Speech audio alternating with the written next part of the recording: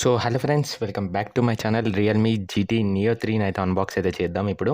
So box open చేయగానే మనకి పైన వచ్చేసి safety guide, SIM injection tool అయితే ఉంది. అండ్ మొబైల్ విత్ వ్రాప్తో అయితే వచ్చింది, పాలిథిన్ వ్రాప్తో అయితే వచ్చింది.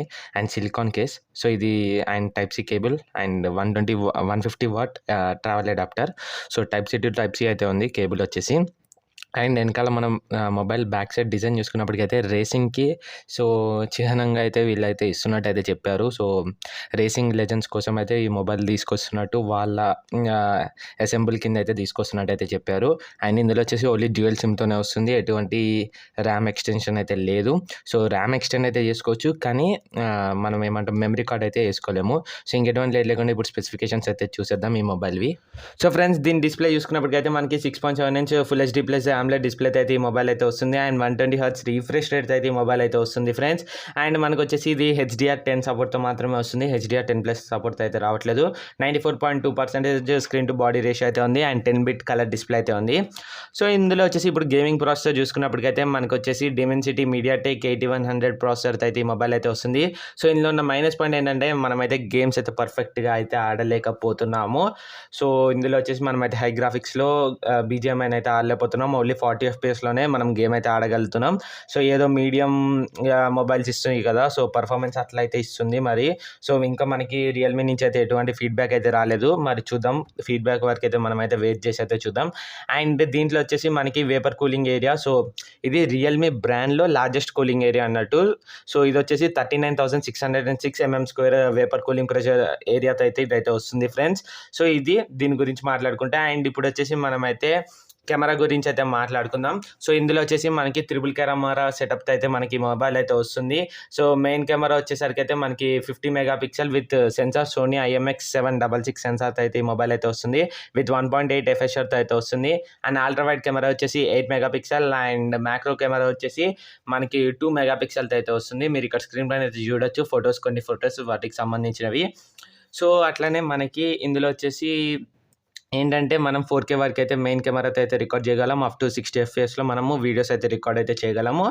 అండ్ ఇంకా 1080pలో కూడా మనం యాజ్ యూజువల్గా 4Kలో రికార్డ్ చేసామంటే 1080pలో కూడా రికార్డ్ చేయొచ్చు.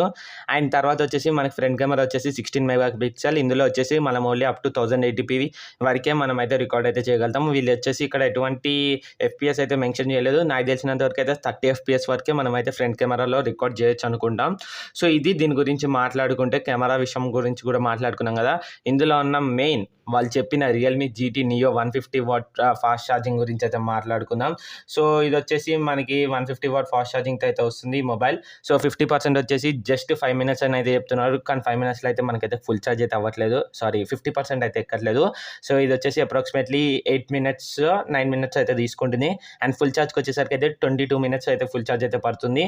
అండ్ మనకి ఒకవేళ ఇది మనం అక్కడ ఒక ఆప్షన్ అయితే ఉంటుంది, సూపర్ డాట్ ఛార్జ్ అని. సో దాని సెట్టింగ్స్లోకి వెళ్ళి so rapid on rapid of అని ఉంటుంది. సో ఒకవేళ ర్యాపిడ్ ఆన్ చేసుకోకపోతే అది 80 వాట్లోనే ఛార్జింగ్ అయితే ఎక్కుతుంది. సో ఒకవేళ ర్యాపిడ్ ఆన్ చేసుకుంటే అప్పుడు అది 150 వాట్కి కన్వర్ట్ అయ్యి మనకైతే ఛార్జింగ్ అయితే 150 వాట్లో ఛార్జింగ్ అయితే ఎక్కుతుంది ఫ్రెండ్స్. సో ఫ్రెండ్స్, ఇందులో వచ్చేసి ఇంకో స్పెషాలిటీ కూడా ఉంది. ఏంటంటే మనం 150 వాట్లో ఇంత ఫాస్ట్గా ఛార్జింగ్ చేసినప్పుడు మామూలుగా మనం ఛార్జింగ్ పెట్టినా కూడా ఏ మొబైల్స్ అయినా హీట్ అవుతాయి. సో ఆ హీట్ అవ్వకుండా ఉండడం కోసం వీళ్ళు వచ్చేసి 150 వాట్ ఫాస్ట్ ఛార్జింగ్ మొబైల్ కాబట్టి వీళ్ళు వచ్చేసి దీనికోసం డెడికేటెడ్ డిస్ప్లే ప్రాసెసర్ అయితే ప్రొవైడ్ అయితే చేశారు. సో ఇది ఫస్ట్ ఎవర్ మొబైల్ అన్నట్టు. So with dedicated display processor, ఇందులో వచ్చేసి డ్యూయల్ చిప్తో అయితే వస్తుంది. అండ్ అప్ టు 12 degrees వరకు అయితే ఇదైతే హీటింగ్ ఇష్యూస్ని అయితే తగ్గిస్తుంది.